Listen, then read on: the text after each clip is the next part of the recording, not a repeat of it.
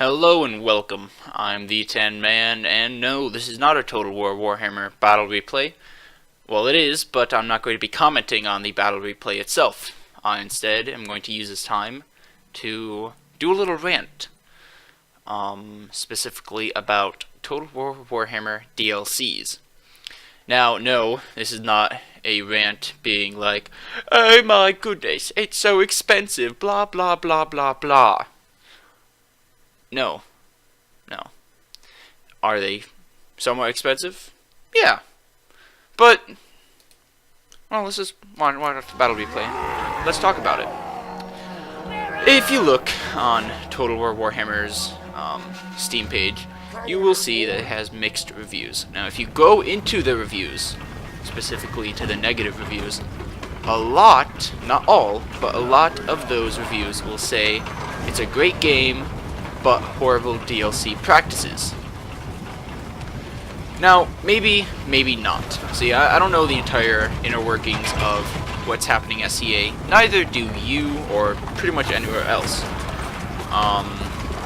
So we don't exactly know what or why they choose to make these DLCs and why they choose to make them so expensive. Let's start with the Chaos Warriors DLC.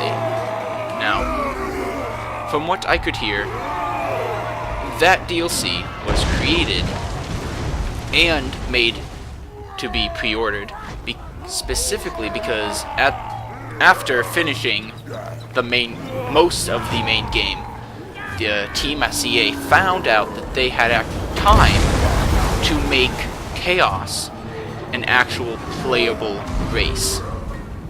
Now, before it was just an AI race that, well, they just had to be in there, being like, oh yeah, we're gonna add them in later.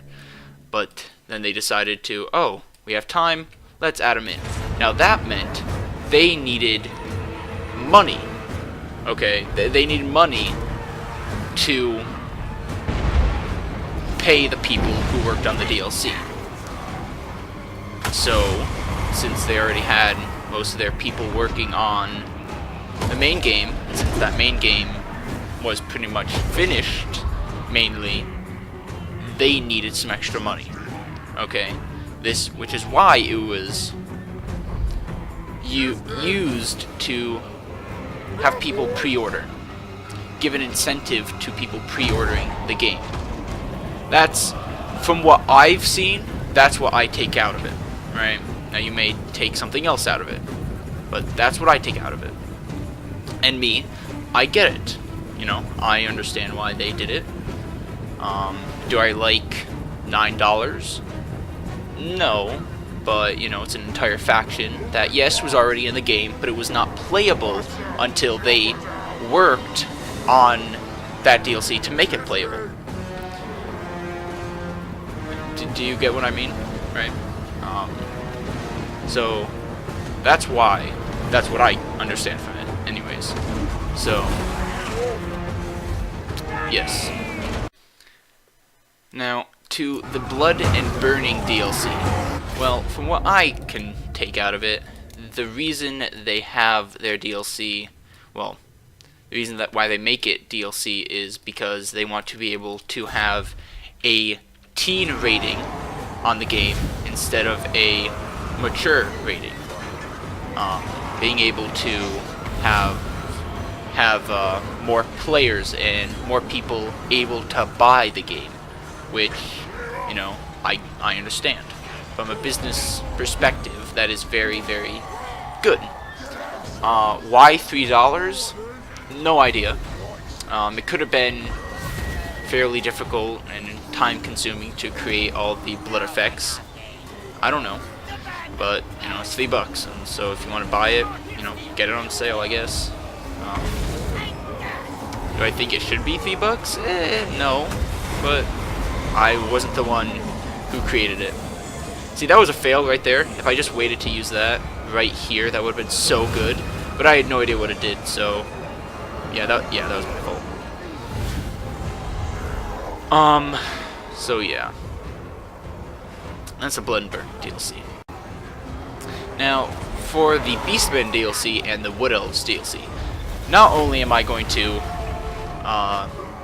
well, okay, so they're both DLCs that add in 2 entirely different races, okay? Yeah, Beastmen is kind of a mix between Greenskins and Chaos, but that's kind of what they are. Like, you know, you look at them, and that's kind of what they are. They are chaotic Greenskins. More or less, you know. But the mechanics that they used, which, you know, the Horde mechanic from Chaos and the Wog, essentially, mechanic from Greenskin, it fits well with the DLCs. Well, with the Beastmen DLC. It seems to fit well. Now, the mini-campaign, not many people actually like that addition to the game. But who knows, maybe with this new free DLC coming out this February that adds Bretonnia, maybe it'll also add Middenland as not only an actual faction for the Empire, but also maybe add it to the Beastmen mini campaign as a playable faction. Like, the whole point of having the Beastmen campaign was to, you know, so you could play the Beastmen in a mini campaign and then play it in the main campaign. But maybe, you know, with this free DLC this February, we'll add Midland to the Beastmen campaign as far as a co-op campaign, because it doesn't really make sense for you to play as Midland in a Beastmen mini campaign unless it's through co-op, which personally, which makes sense. At least to me it does.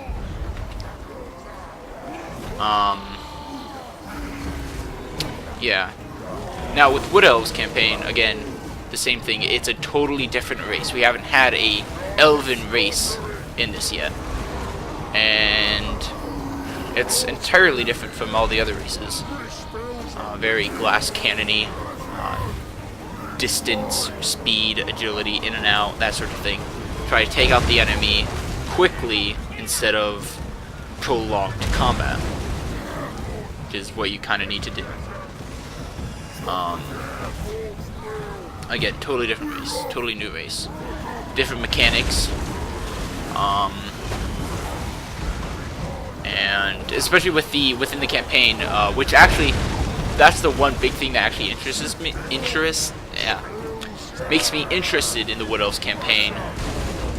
Well, in the Wood Elf DLC, is that you can only, like, settle the settlements within Athel-Loren, but all other settlements you can take, but they're more like military outposts. That's actually quite interesting, rather than you just go take and they're all settlements. I find that fairly interesting. But something that I think should have been added. Now this is the point where I'm not really talking about the DLC, people complaining about the DLCs, but more about me explaining what I think would be really, really cool to add to the DLCs. Well, with Beastmen DLC and Wood Elf DLC, I think there should have been a specific attack stance, or just when you attack someone, say you ambush them or something, you have an option to do this, in which you attack a random number of units. Not the entire army, but a random number of units, and you have to destroy those random number of units before the rest of the army gets there. Which, I feel like that would have been a fairly interesting addition to the game, to those two factions, because, you know, the Wood Elves, they don't really do pitched battles, they do more skirmishes. Or, you know, shoot a few guys, get out. Which, that sort of implementation into the mechanics of the campaign would actually be really cool, you know? Yeah. It was a valiant defeat. But, so that's essentially what I think would have been cool, you know? You attack them, you attack using this option, you are fighting a random number of units, say you only attack 4 units, but you have to kill those 4 units before the rest of the army comes in. And if the rest of the army comes in, then you can't really, then you gotta fight them as well. So it gives you more of a, which both the Beastmen and the Wood Elves seem to be, go rush them. Go rush attack, kill them off, then retreat. That kind of is the, is what I get from those two factions. Which I think those two mechanics would have been really, really cool to add. Maybe they'll add them in the future or something, but really, really cool. So, yeah, just DLCs, give CA a break. Attila, a lot of people complain about Attila. Attila was $45. Alright, the main game was $45. Why? I don't know. A lot of the DLCs in Attila looked really dumb. I personally don't have Attila. Heck, I have Rome 2. I don't have all the DLCs. I have a few DLCs that interested me. And this is Total War Warhammer. You don't have to get every single race pack. You get the race packs that you find interesting. And quick notes on the Grim the Grave and the Warlord. And the King of the Warlord. Both kind of the same sort of pack. Sort of they're two different DLCs, but they're kind of the same, in which they have a whole lot of different regiments of renown. But they have cool legendary lords. And in the case of the King and the Warlord, they both have 2 different factions. They add 2 different factions and a sort of that are sort of instantly pitted against each other in the main campaign, which is pretty cool. So yeah, those are just my thoughts on the DLCs and how people have reacted to them. Which, if you just, again, if you go on their Steam page, so many negative reviews that are there because of the DLCs. You don't have to buy every single DLC. Alright, that's what people don't get.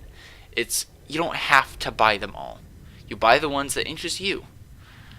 And you don't complain because you bought the DLCs that you're complaining about.